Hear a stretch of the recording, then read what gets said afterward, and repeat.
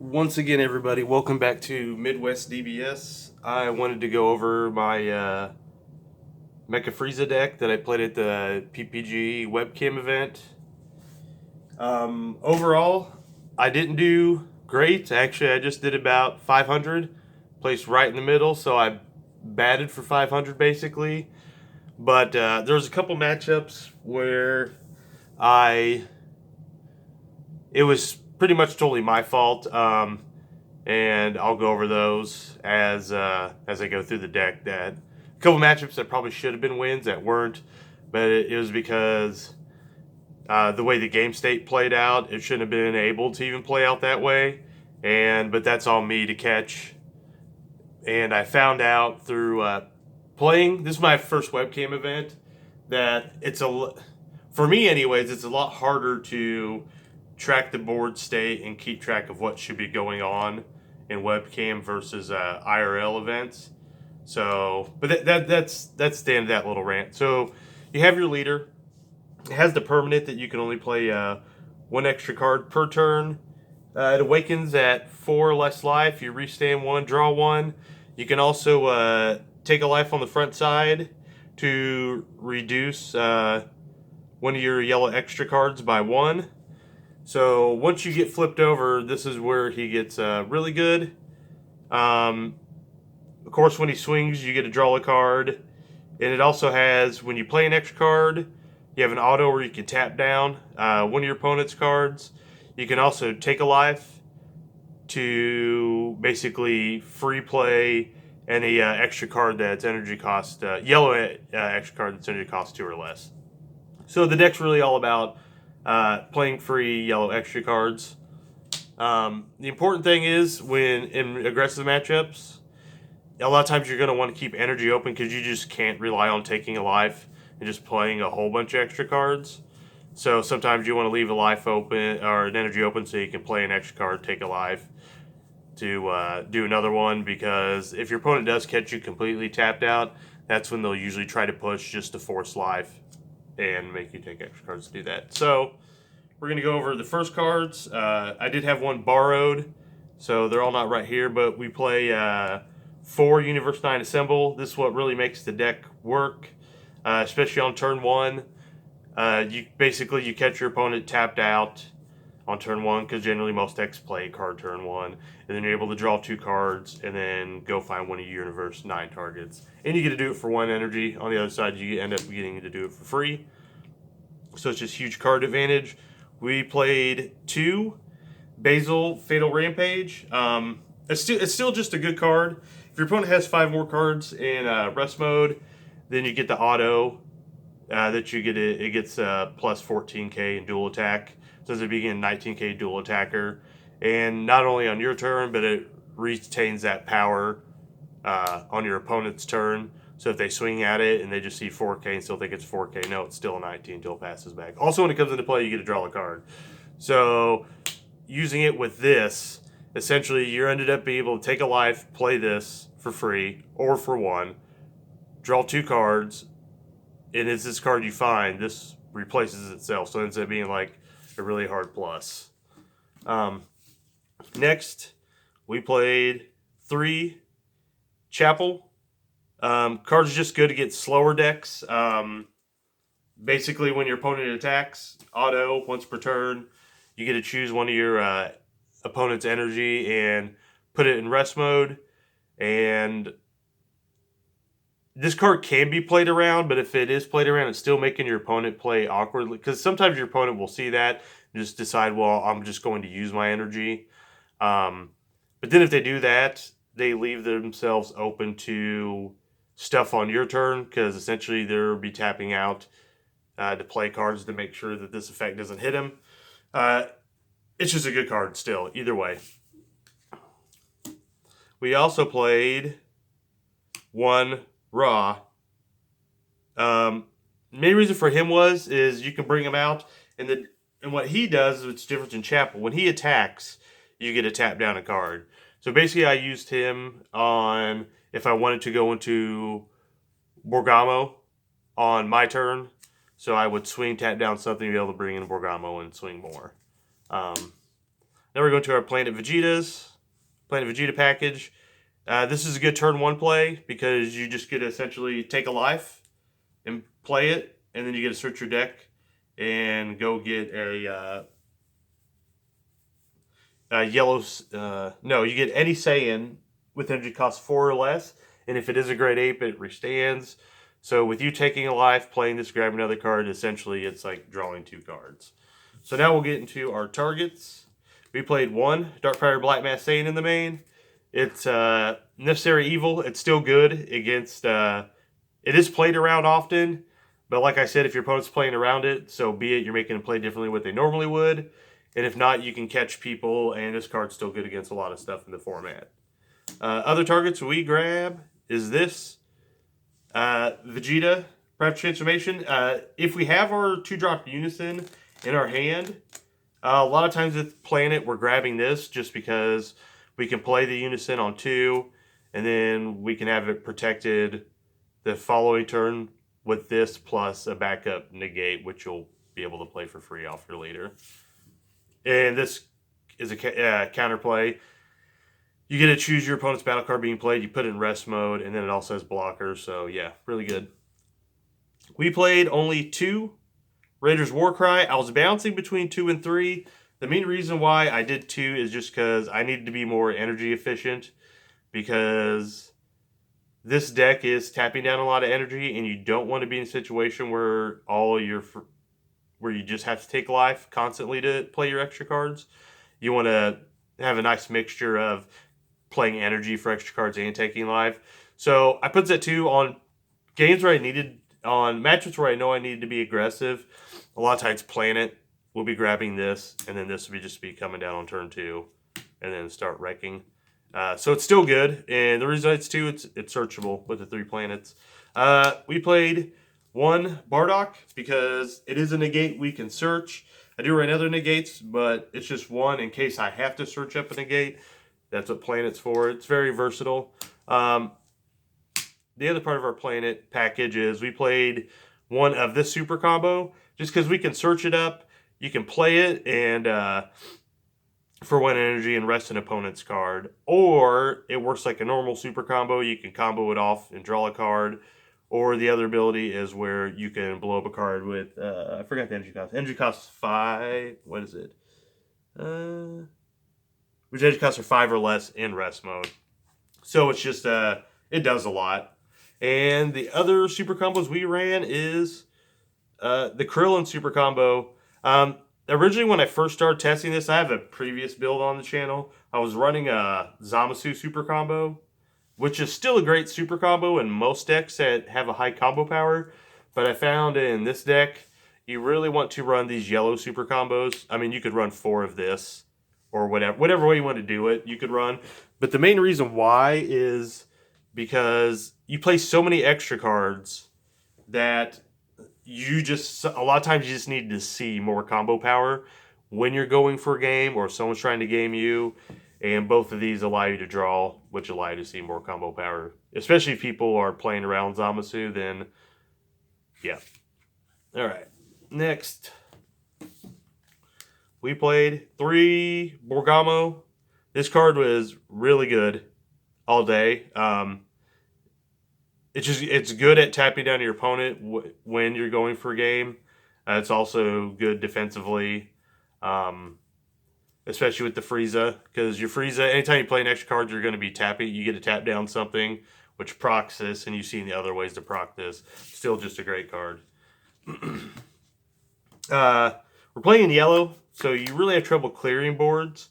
So we played 1 of these in the main deck. This is your answer to clear boards. It's essentially, it doesn't cost you any energy. It's an Overwhelm 6, and we're not doing anything really from our drop, so it doesn't matter. And you get to warp up to 6 energy worth of cards, so it's a great card. We also played the Slug package, so we played 3 Evil Invader. When he comes into play, you get to draw a card. He also has 2 effects. You can tap down one of your opponent's cards, which also procs your Borgamo, or you put this in your drop and you get to play this slug. This slug was really, really, really good, especially in the mirror match. It was really, really good. Unfortunately, there was two matchups. This is where I talk about where I screwed up. When he's in rest mode, if you have Bond 2, your opponent can't take cards from deck to hand using a non-leader skill. In one of my matchups, I had this guy on the field, rested with Bond 2, and I let my opponent U9 assemble twice and super combo. So essentially he drew, and he searched a card, anywhere between 6 to 7 cards that he should not have been able to draw, and that probably would have changed the outcome of the match.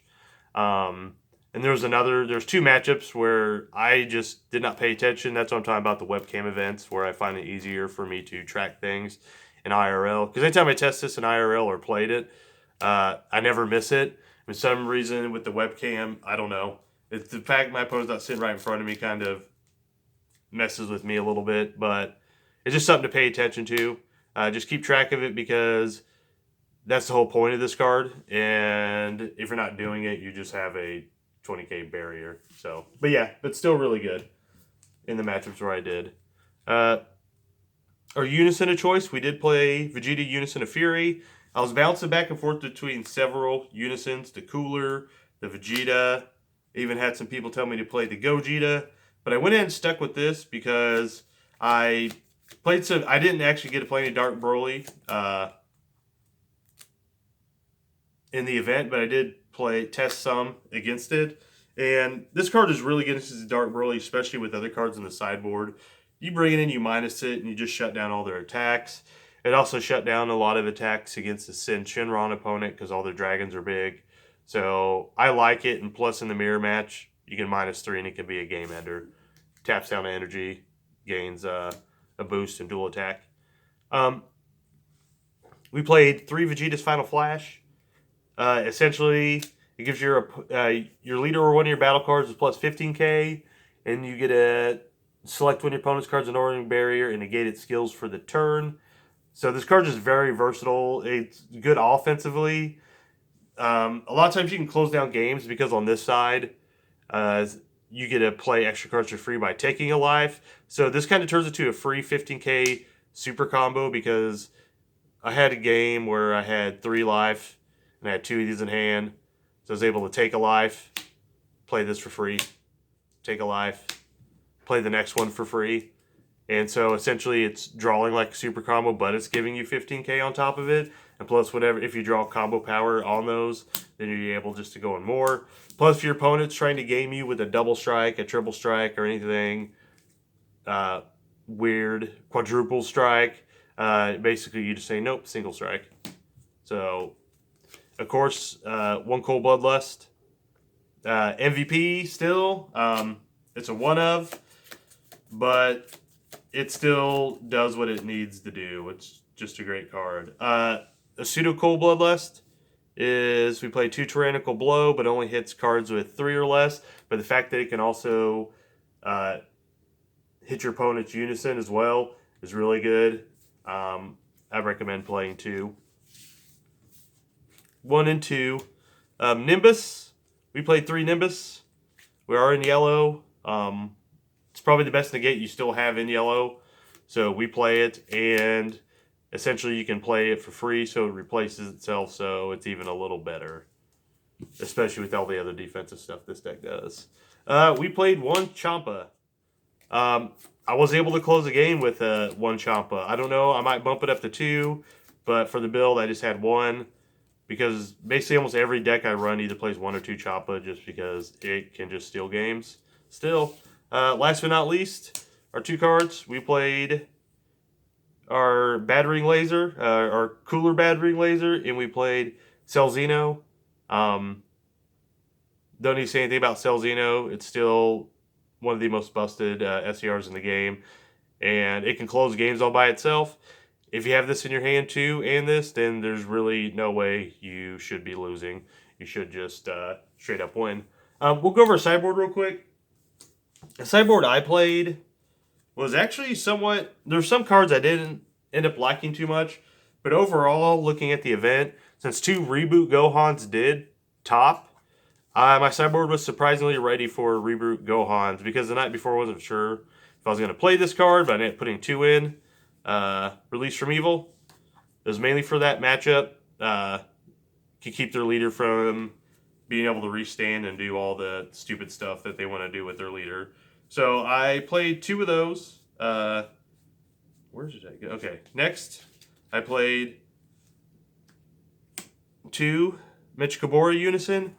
Still a great Unison, and it gets slower games. Actually, just against a lot of matchups, I brought this in. It's just extra Unison, and this card just does so much work that it's usually worth it. For more board removal, our second came in out of the sideboard. We played 3 Mitch Kabora, the Broken Seal. I pretty much recommend every deck out there that's playing should be running copies of this in their sideboard. The format's so linear that everyone's trying to do certain things on certain turn structures. It's easy to shut them down. So, yeah, it's just absolute great card. We played 2. This is one card I wasn't for sure why I played 2 in the sideboard. Giant Ball, I just wanted more counterplays. And if they weren't playing a whole bunch of stuff with barrier, deflect, whatnot, then Giant Ball was just good. Because essentially you can draw 2 cards. One off your leader, then it draws a card itself. We played 1 Fu the Dark Banisher. It's a good game closer. It's also really good against Dark Broly. So, 2 reasons to play it. We also played 1 Vegeta Striving to be the best. It's just something you can search with your planet, and if your opponent has a card with barrier that's really annoying that they might go in with, you final flash it, then on your turn, if you have this in your hand, if not, you can search it up with planet, play it, and pop the card and restand an energy. So, we played 1 Final Spirit Cannon. I boarded this in at not often, but I did a couple games. It's good essentially because you get to pay for, what is it? You get to basically play it for free, and then you can choose one of your opponent's cards and switch it to rest mode, which can proc your Borgamo for no energy whatsoever. Or you choose one of your opponent's battle cards that rest when energy costs 4 or less and KO it. So, versatile. And another good MVP card was SS4 Goku, Absolute Annihilation. It has deflect and barrier, so your opponent really can't do anything about you playing it. And the really good thing about this card is if your leader card is yellow, your opponent can't activate extra cards unless they switch one of their energy to rest mode. So against the mirror match, the mirror matches where I saw this card, my opponent just had no way of winning. I would just search it out, play it. It was basically game over. I had this in play and this in play. In the mirror match, one's enough of either of these, but if you have both these in play in the mirror match, your opponent now has to pay energy and can't free play their extra cards. So you're going to be ahead energy-wise efficiently because you can do that. And then if you have this in play too, they can't draw cards from their deck to their hand while you're still able to. So, yep. And that's it. That's the main deck. In the sideboard, I am finally going to be doing... the next video I'm going to be doing is one of my budget decks. It'll be Janemba Chain without some expensive cards. Just want to go over a budget build because I think I skipped a couple weeks. But, yep, that's all I got for you guys. If you like what I'm doing, comment, like, subscribe, and we'll see you all next time. Bye.